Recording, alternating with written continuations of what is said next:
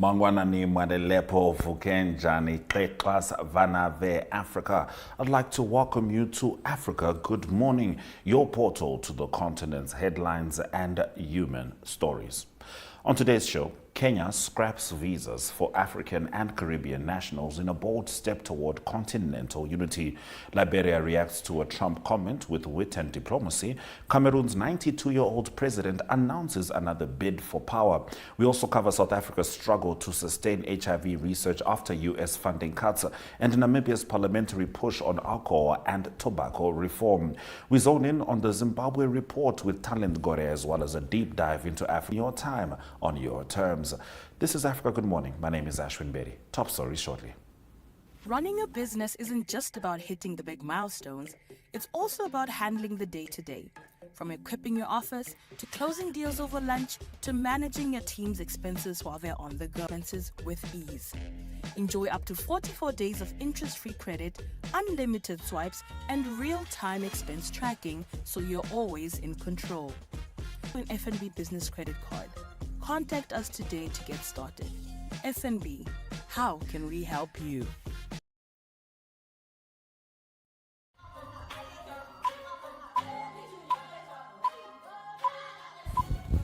Let's get into our top stories. In a major move toward regional integration and open borders, Kenya has abolished visa requirements for citizens from all African and most Caribbean countries. The new policy is to enter with ease. Visitors from other. However, Libya and Somalia remain excluded due to security concerns. The initiative, announced by President William Ruto, is part of Kenya's broader strategy to boost tourism, enhance intra-African connectivity, and promote itself as a digital nomad hub. Plans include expanded broadband access and ETA exemptions, with new systems for faster processing at borders. Travelers with layovers can also explore the country for up to 12 hours without needing full clearance. By joining countries like Rwanda, Ghana, and Seychelles in opening its doors, Kenya aims to position itself as a continental leader in mobility and innovation. Ruto believes the policy will strengthen economic ties and reinforce the vision of a truly borderless Africa. On his English-speaking skills, unaware that English is Liberia's official language. The remark, made during a White House meeting with African leaders, sparked mixed reactions across Liberia. While Foreign Minister Sarah Baysolo Nyanti insisted no offense was taken, many Liberians saw the comment as ignorant or mocking. In response, singer and former cultural ambassador Queen Julie Ndi released a tribute song hailing Boakai as the beautiful English king of Africa, which quickly went viral. Liberia, founded by freed American slaves in 1822, has long held English as its primary language. Some citizens welcomed Boakai's inclusion to the summit as a diplomatic win, while others felt the president was insulted. Despite the controversy, the Boakai administration emphasized its commitment to strengthening ties with the U.S. based on mutual respect. The incident highlights sensitivities in U.S.-Africa relations, where well-intentioned remarks can quickly become cultural flashpoints. For Liberia, it's a reminder of both its unique history and the persistent misperceptions it faces on the global stage. Cameroon's 92-year-old president Paul Biya, already in power for 43 years, has announced he will run for re-election this October, citing insistent calls from citizens and the diaspora. Biya declared his candidacy on social media, aiming to extend his reign into his centenary. That means he'll be 100. Despite concerns about his health, governance record, and prolonged absences from public view, Biya remains the ruling party's undisputed figurehead. His administration has faced heavy criticism for corruption, embezzlement, and mismanagement, particularly in security sectors. Notably, key political allies from northern Cameroon have split from the ruling coalition and declared their own presidential ambitions, including ex-minister Issa Chiroma Bakari and former Prime Minister Beloboba Maigari. The opposition field is also crowded, with Maurice Kamto, Joshua Osi, Akere Muna, and Cabral Libi vying for change. Still, Biya's grip remains strong, bolstered by his 2008 2008 constitutional amendment removing term limits. Despite accusations of electoral fraud, he won over 71% of the vote in 2018. Now, as the nation heads towards a contentious election, the call for leadership renewal grows louder, though Biya shows no intention of stepping aside. Keep in mind that election will be in October, and we'll be following that. Just days before clinical trials for a promising HIV vaccine was set to begin in South Africa, the Trump administration announced an abrupt withdrawal of funding, jeopardizing years of vital scientific progress. The brilliant project, which was to leverage Africa's genetic diversity, now faces collapse. More than 8,000 health workers have been laid off, and researchers like lab technician Nozipho Mlotshwa now face uncertainty. If the grant is there, I get paid, she said, underlining how the funding crisis affects not just labs but lives. South Africa's government says it cannot fill the gap left by the US, raising fears of rising infections and stalled access to life-saving treatment. Professor Abdullah Ali described the blow to South Africa's already under-resourced research community as devastating. The broader concern is that progress made in combating HIV in recent decades could be reversed as the US shifts its global health priorities. African countries reliant on donor aid are left scrambling. For South Africa, the loss isn't just financial. The continent's deadliest epidemics. And Namibia's Ministry of Health and Social Services, in partnership with the World Health Organization, is hosting a 3-day workshop from 14 to 18 July 2025 aimed at engaging Parliament on tobacco control and alcohol policy. The objective is to equip parliamentarians with evidence-based tools to support impactful interventions. Speaking at the engagement, Minister of Health and Social Services Dr. Esperance Luvendao highlighted the urgent need for stronger action, particularly through tax reforms, to reduce the harmful consumption of tobacco and alcohol. It's something that I'm very passionate about. I just believe tax them, tax them, tax them. If they want to drink, tax them. If they want to use alcohol, tax them. Tax them, tax them. Why? Because the burden on our healthcare system is very heavy. That's what we don't speak about. Yes. I was fortunate to work at Katwa Hospital. I've worked at Windhoek Central. I've worked at Onanjokwe. I've worked at Oshakati Hospital. I've worked at both mental health units, Oshakati as well as the one here in Windhoek. So I've been everywhere. And then I've also worked in various district hospitals. But I want to say something very boldly. I would like to say, these are not proven statistics, no, but I would like to say that a majority of cases that I dealt with when I was practicing were in some way or other related to alcohol and tobacco. That's the truth. Yes. Right? So if you deal with chronic illnesses and you're talking about liver disease, chronic liver disease, and we saw a lot of it at Onanjokwe Hospital, a lot of it. A lot of the patients that were coming in were due to, and mind you, a lot of the times we talk about alcohol, we only think it's the formal things that you put in the shops. There's also... So that was the Minister of Health and Social Services, Dr. Esperance Luvendao, speaking on the urgent need for stronger action, particularly through tax reforms, to reduce the harmful consumption of tobacco and alcohol. Those have been our top stories on Africa Good Morning. We're going to have a look at the weather, and when we return, we talk to Talent Gore as she delivers the Zimbabwe report.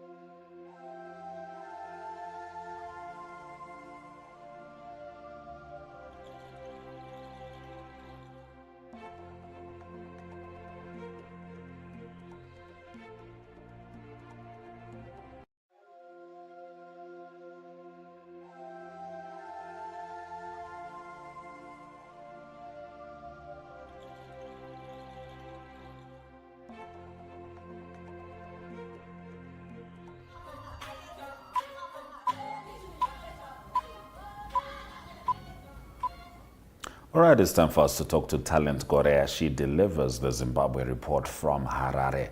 Talent Omkase. Tamkhedu kana mamkao, mamkese Africa. Tamunkahedu.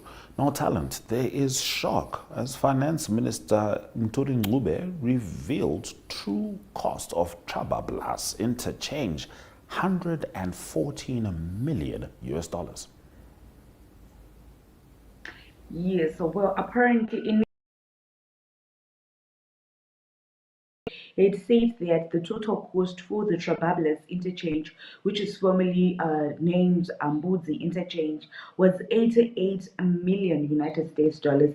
But responding to questions in Parliament last week, the minister said that the total cost was 114 US dollars. He said they raised the aid through a loan from Four Mines, a local company linked to business tycoon Kudakoteta Gore. Now, Professor Ngule has admitted that a further 26 million United States dollars was sunk into the project from the IMF's special drawing rights. Responding to questions in Parliament, Professor Ngule said the cost of Trabablas interchange was driven by their initial loan arrangement of the order of 88 million United States dollars, which was provided by the consortium of contractors. In terms of what we used from the special drawings rights, we were required to pay a deposit of 26 million United States dollars. So we used 20. This was Professor Mtuli responding to questions in Parliament. He said that so we used 26 million United States dollars from the SDRs to pay that deposit, and then the rest was structured as a loan from that 88 million arrangement. So apparently this came as a shock because initially people believed that the total cost of the whole interchange was 88 million United States dollars, but now the finance already the citizens of Zimbabwe, they are worried that the total cost of the interchange, the 88 million was too much.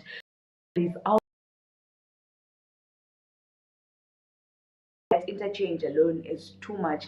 A lot of corruption happened within that deal, and people want to know how the breakdown of that 126 million United States dollars. All right, talent will certainly be waiting for updates as to how the public discourse evolves around that 114 million. Good place. The UAE has donated 700,000 US dollars in medical equipment to boost Zimbabwe's health sector. Yes, the Zimbabwean health sector has received a major boost after the United Arab Emirates donated medical equipment and supplies worth 700,000 United States dollars. Part of the donation received includes 74 intensive care unit ventilators, much needed in life-saving respiratory conditions. Also included in the donation are 34 tons of essential medical supplies. While speaking at the handover of the goods, Health and Childcare Deputy Minister, the one pictured in that picture, thanked the UAE for their gesture, which he said would aid in reducing deaths and other health-related fatalities that arise due to lack of essential supplies and equipment. Also speaking at the same event, UAE Ambassador to Zimbabwe expressed their commitment to maintaining solidarity and cooperation between nations, as it is the best path to overcoming health and humanitarian challenges. So this. All right, talent. Now, in your next story, apparently Zimbabwe has achieved inflation stability, CZI reports. Yes, as Zimbabwe has made huge strides towards durable ZiG price stability, the Confederation of Zimbabwe Industries has said, with the central bank keeping inflation below 1% since February. The ZiG month-on-month inflation slightly decreased to 0.3% in June from 0.9% recorded in May. Zimbabwe's most influential industrial lobby noted in its currency and inflation development report released earlier this month. The Reserve Bank of Zimbabwe is targeting a monthly inflation rate of below 3% for 2025, consistent with exchange rate stability. The target is part of the central bank's broader strategy to maintain price stability in Zimbabwe's multi-currency environment. All right, talent, let's get into some entertainment. You and I enjoyed the music of the 90s, and one of the R&B stars back then was Joe Thomas. Now he likes to just go by Joe, but he's on his way back to Zimbabwe. Old Hararians, I believe. Yes. American R&B singer, songwriter, and producer Joe Thomas is set to perform in Zimbabwe on August 12th at Old Hararian Sports Club, according to management experts. This concert will mark Joe Thomas' return to Zimbabwe for the second time following his visit in 2008, which is organized by the Zimbabwe Tourism Authority.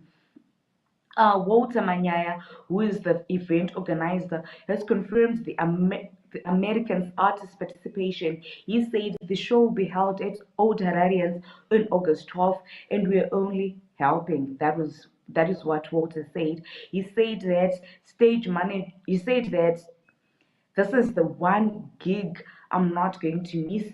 For those of us who grew up in the late 90s into the early 2000s, Joe Thomas is one of the artists we were raised on. He has been a personal favorite for mine for years. And so most people are saying that Joe Thomas, especially in Zimbabwe, they're saying that Joe Thomas is now washed up. Why can't those organizers bring artists like Chris Brown and so forth? But those who were born in the 90s, they're saying that Joe Thomas is the one who raised this, so we'll be much happy to attend his shows. So most of those who are the older generation, they are quite happy that Joe Thomas is coming to Zimbabwe. But the Gen Zs, they are not really they do not know Joe Thomas music, so they are concerned. They want Chris Brown and those new R&B artists. All right, exciting times ahead indeed. Now, talent, in your last story, Zimbabwe Sables overpowered Kenya to reach the Rugby Africa Cup final, where they'll be facing Namibia. For me, talent, that's known as a win-win situation. Zimbabwe staged a dramatic second half comeback to beat Kenya 29-23 in a bruising Rugby Africa Cup semi-finals on Saturday, booking a spot in the final against Namibia and edging closer to 2027 Rugby World Cup qualifications. The Sables trailed 18-13 at halftime, but wrestled back control through disciplined forward play and the precision kicking off Ian Pryor, who landed 2 late penalties to seal the win. President Emerson Mnangagwa hailed the team's performance on X, formerly Twitter, calling it a hard-fought victory and a reflection of the strength and resilience of the people of Zimbabwe. Zimbabwe will now face Namibia in the final with a chance to move a step closer to returning to the Rugby World Cup for the first time since 1991. All right. We'll certainly be watching that game at the edge of our seats. Thank you very much for coming through to Africa Good Morning, delivering the Zimbabwe report. You're welcome, and thank you very much for having me. Always good to have you right here. We're going to have a look at the economic indicators.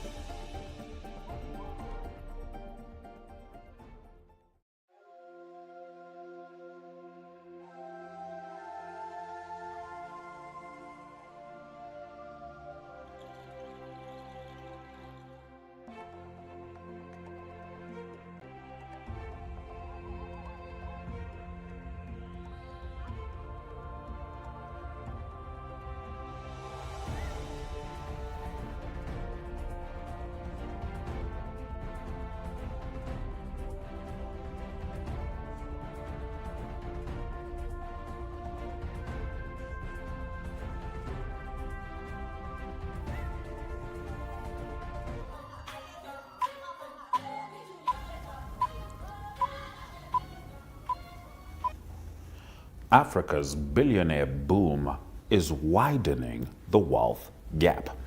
Africa now has 23 billionaires, up from 0 in 2000, and the continent's richest 4 men collectively own $57.4 billion, more than half of Africa's population combined.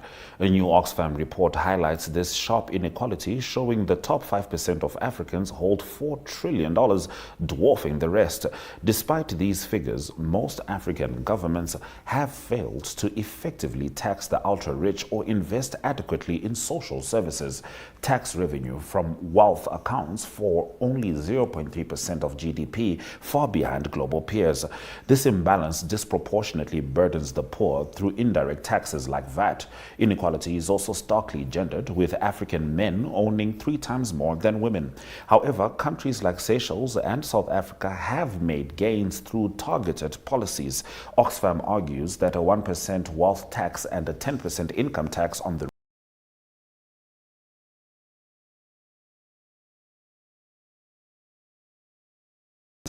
the report paints a continent of contrasts: extreme affluence for a few, deepening poverty for the many, and governments often unwilling or unable to act decisively. Still, there are blueprints for reform if the political will exists. That's been our economic news story. Let's swing into the sport. And from Mali's first corner, not able to hit the target. Then up the other end. And that's the second when these sides faced each other in the last 4 back in 2018. This time opens the scoring. All right, so that was South Africa at WAFCON, getting it going. We were just too excited to show you that goal. But these are some of the results from WAFCON. Full-time South Africa 4-0 against Mali. The defending champions are not here to play. And in the other match that was played, 4-1 Ghana overpowering Tanzania as we head into the WAFCON quarter-finals. From me, Ashwin Betty, and the Africa Good Morning team, DStv 285, GOtv 25, oneup2.com, and Network Media Hub and NTV Africa on YouTube is precisely where you can find us, and on oneup2.com. If you click the echo icon, you have access to all our shows in your time, on your terms. Africa Good Morning says, Swera Jakanaka. See you tomorrow.